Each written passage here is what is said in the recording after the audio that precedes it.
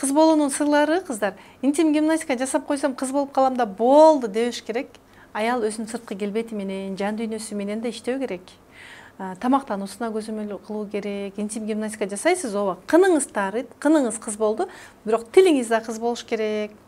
Келбетиңиз дагы мындай өзүңүз суктана тургандай болуш керек. Эркек суктана тургандай дебейинчи, өзүңүз суктана тургандай. Күзгүнүн алдына келгенде, ой, мен сулуумун, мен татынакаймын дей тургандай өзгөрүш керек. Ал үчүн эмне кылыш керек?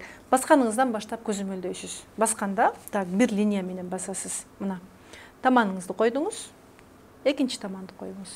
Андан кийин үчүнчү.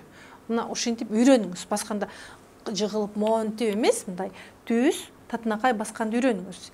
Анан күзгүнүн алдына келип, жылмаюңузду. Кандай жылмайсаңыз жарашат. Көп аялдардын териси жылмаят, ичи толуп калган негативге. Ички дүйнө менен жылмайганды үйрөнүш керек. Ички дүйнө менен жылмайсаңыз көзүңүз өзү эле нур төгүп берет. Сырткы келбетти иреттөө керек, албетте. Сырткы келбет кийим адамдын көркү деп айтылат го, адамдын көркү чүпүрөк. Өзүңүзгө мындай акча кыспай, жакшынакай жараштуу кийим алыңыз. Илгерки заманда айтылып калган го. Боло берет сага мону коюп, эмне кийип алдың? Чеч.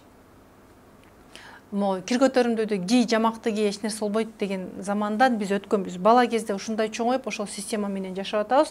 Бирок азыр башка заманда жашап атабыз да. Өзүңүзгө үй ичине дагы кийим алууга өзүңүзгө акча ыраа көрүңүз. Боло берет дегенди алып салыңыз. Эгер кир болуп калат кийимим, кайра эле десеңиз, анда эркектин жумушун өзүнө өткөрүп бериңиз.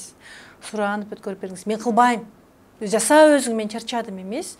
Мен ушуну жасай албай атам. Мен ден соолугум жооп бербей атат, жан. Мен сага төшөктө лаззат бере алам. Жакшы тамак жасап бере алам. Кайын журтумду күтө алам. Мен ушуну эле кылат экенмин. Балдарыма мээримдүү апа боло алам.